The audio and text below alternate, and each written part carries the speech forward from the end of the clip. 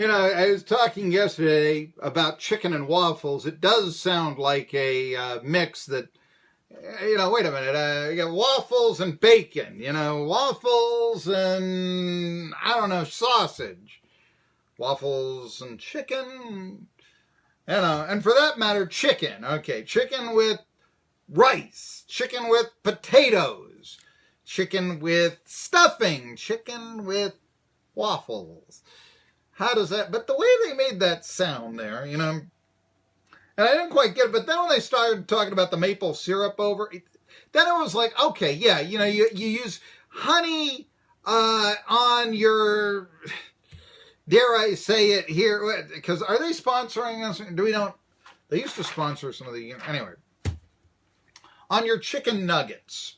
Okay, so I guess I'll refrain from the restaurant that made chicken nuggets popular, at least in a fast food venue. I used to always get them with honey. Okay, sweet tooth, that sort of thing. I've now since learned to love, Polynesian and barbecue sauce and ranch and all that sort of stuff. I don't like honey mustard, though, and I don't like... Anyway, you don't need to hear all my... So it's like what it used to be, and Ken Beatrice used to do Sportsline on WMAL back in the day. He would go out there, he'd do 5 minutes on a roast beef sandwich shop in Silver Spring, Maryland, and go in depth in the entire, my wife, my daughter. Every Wednesday, you'll see them there in the booth at 1 o'clock. They're eating lunch at the aforementioned, Now, you may like the ranch sauce, but I don't like the ranch sauce. It's my best Ken Beatrice impersonation right there, yeah. He passed away several years ago. 4 years ago it was. Anyway, but no, he was possibly the greatest sports talk show host next to me of all time. Okay. Oh yeah. It was a tremendous sports talk show host in Washington, D.C. He once gave me advice, read everything you can. I always feel like I haven't read enough. Well, Marky, that's me. Interesting story coming out of Chapel Hill, North Carolina. Todd Ant has the report. North Carolina Tar Heels are the champions of women's basketball. After an external review, investigators found Sylvia Hatchell made racially insensitive comments and applied undue influence regarding players' ability to compete through medical issues. The review says Hatchell is not viewed as a racist, but her comments and subsequent response... Yeah, you got that. Her comments and her subsequent response before the world's weirdest computer then decided to throw off the cut. Let's try it again.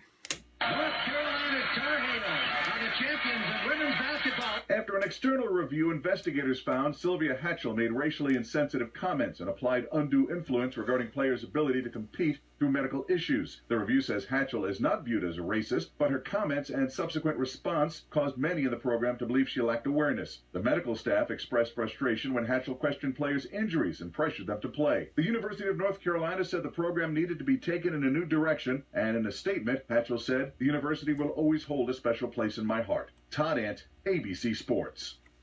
Well, that sounds like a nice, pretty little bow on a bad situation, doesn't it? I mean, when I get down right to it, it does. The situation, you heard it. The Hall of Fame coach, Sylvia Hatchell, has resigned. It does show me one thing, though. I've felt for a period of time that a lot of people have been criticizing the Lady Vols. Holly Warlick was too soft. I'm not suggesting in any way, shape, or form. In fact, I've been championing both the Tennessee Lady Vols tolerance and, for that matter, Pat Summitt, Holly Warlick. It didn't matter what your sexuality was when you played for the Lady Vols. Look at Shamik Holtzclaw. It didn't matter. And compare that to what went on at Penn State with Renee Portland and some of the comments that she made. And I think that's one of the reasons why back in the day the Lady Vols won national championships. I also think, just consider this. The stare. Oh, Pat Summitt was tough coach. Maybe women's basketball 2019 That's not effective anymore. What do you think? I give you Sylvia Hatchell. By the way, 18-14 last year. Holly Warlick, everybody hated her, except the Lady Vols fans. Tennessee fans hated her. The Lady Vols didn't. Gene Henley had that great line. Chattanooga Times Free Press on this show. And so, Holly Warlick last year, 19-13. UNC, Sylvia Hatchell, 18-14. Just saying. By the way, the Lady Vols signed their first recruit of the Kelly Harper era. She was originally committed to play for Holly Warlick. Okay, so I mean, it's an Australian, Jessie Rennick. They say she shoots three-pointers real well. So Lady Vols went to Australia for a guard for their lady basketball team, women's basketball team, female basketball team, whatever you wish to call it. There we go. Reminder, 1:30, we'll be talking to Josh Brown of Nakahoma Nation. I want to apologize to people that we did not have Jay McCauley early this morning. He canceled. Well, it happens sometimes. Nevertheless, we hope to reschedule the new Wofford head men's basketball coach next week. And of course, on Monday, we'll be talking to SoCon John Hooper. So many things continue to happen in the Southern Conference. In addition to, let's say, McCauley, you had Jerome Rodriguez departing for the pros. By the way, with that, and for that matter, you hear this with Kentucky. Kentucky's losing a player, okay? Jamari Baker informed Kentucky a couple of days ago he'd be leaving for other opportunities. There's some talk about this. He's a Californian. He's playing in Kentucky. Maybe, just doesn't feel like it's a good fit, that sort of thing. The playing time, maybe not enough for him, that sort of thing. And also, John Calipari took him out early against Auburn in the Elite Eight, playing only 3 minutes. So, maybe that's the reason why. But another thing came to mind. Let's just say, California and Kentucky, and I thought of this with Jerome Rodriguez. You know something? If college basketball players were paid, or even they could use their likeness, would Baker transfer away? And I'm in California, and maybe UCLA would make this a moot point, but UCLA isn't the only major college basketball program in California, and it's saying a lot that you'd think that he would be able to transfer to UCLA. Of course, the Bruins have a lot of spots open. They have a lot of players leaving, for Matt Cronin. But anyway, point being, if you paid the players, how many guys are transferring away from Kentucky? Because you would figure that Kentucky would be probably paying a little more than most colleges, unless you did some sort of straight cap with all the colleges.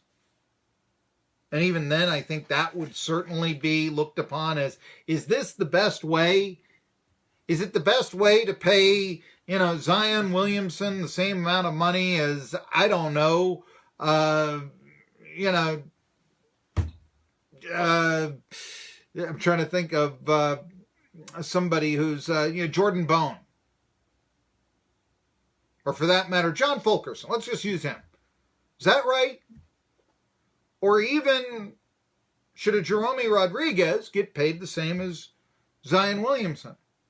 I will say this regarding Rodriguez. He left to go pro. He had his degree, all this.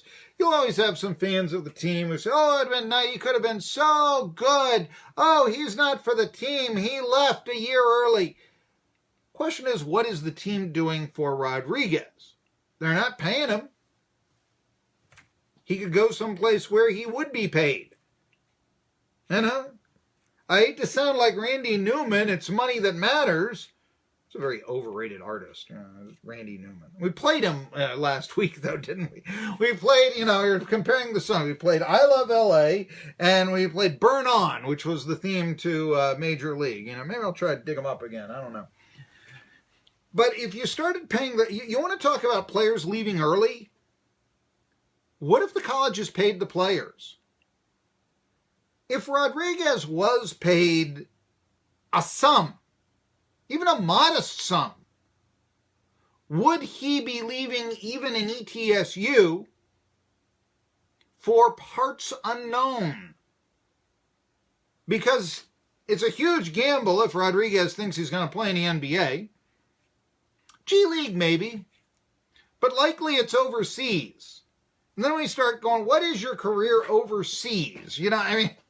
These players play overseas. You've never heard of these teams. It's hardly glamorous. Okay, it's another culture. I'm not saying that playing in, I don't know, France or wherever. Do they have French professional basketball teams that take players from, America? No, it sounds like a pretty good deal to me to be a professional athlete in Paris. Have the cafes, imagine the beautiful women there, and all the... Yes, I understand that. Okay, all I got to do is learn the language. It's not all that easy to do, I'm told. Even saying 99 in French becomes a math problem. I get it. But maybe it's worthwhile. I don't know. There's also the talk that overseas in Europe, everyone speaks English, Marky, over there. You can fit right in. And certainly, now that I think about it, people who've come over the pond, from wherever. I have a good friend from Italy, as a matter of fact, And I've never spoken to him in Italian because I couldn't carry on a conversation. It's always been English. He understands this. I like him lots, but, so maybe I would work out that way. But you always hate it, when you're not bilingual and they start talking in another language, and it's like, what are you saying? Are you talking about me? Really? Anyway. I am Marky Bilson, Tri-City Sports. Somebody wants me to share something with them on Facebook Messenger. They like the fact that I've got 4,000 likes. By the way, you can watch our show on Facebook, the 1420 WEMB Sports Radio Tri-Cities. We've archived the show. And so you can hear me hit the wall yesterday when I was dog tired and all this sort of stuff. Anyway, ever one of those days you wake up middle of the night and you can't get back to sleep? That's what happened to me. So sometimes you lose it all. Then about 1:30 and all that. That's when you crash. Have your cup of coffee nearby. You get it that way. So there you are. By the way, I want to tell everybody that next Tuesday is our next broadcast of Unicoi County Baseball. Two longtime rivals, Unicoi County and Johnson County. Both teams looking pretty good to avoid the bye game and be in the double elimination part of the Three Rivers Conference Tournament when that begins beginning of May. But still, the winner of the game will have an advantage. Unicoi County, a little disappointing at 10 and 13 this year. They lost actually to a team from Connecticut yesterday. I'll talk a little bit more about that in the next segment. But until then, let me tell you that our next broadcast will be brought to you by the following sponsors. Irwin's favorite dentist, Dr. Jason Cunningham, Unicoi County Gas Utility District, Health and Home Care of Irwin, Unicoi County Insurance Agency, Computer Guy, Irwin Utilities, Irwin Paint and Body Shop, the Clinchfield Federal Credit Union, Jones and Church Farms with the great tomatoes, Relay for Life of Unicoi County, and Jones Hardware. They all are proud sponsors of Unicoi County Athletics. And by the way, you can hear the games if and when it gets dark online at jetbroadcasting.com. In fact, go to www.jetbroadcasting.com to hear not only 1420 WEMB Sports Radio, but also Livewire 103.9. So the best sports talk lineup in the market. Hey, listen to it. Fox Sports Radio Network, Chuck Oliver, myself, Outkick Coverage, Clay Travis, Dan Patrick, and Colin Coward. And then you come back and tell me what you think. And then, of course, the latest in news on Livewire 103.9. That can all be heard on www.jetbroadcasting.live, no matter where you are. 20 WEMB Sports Radio Irwin, Real Sports.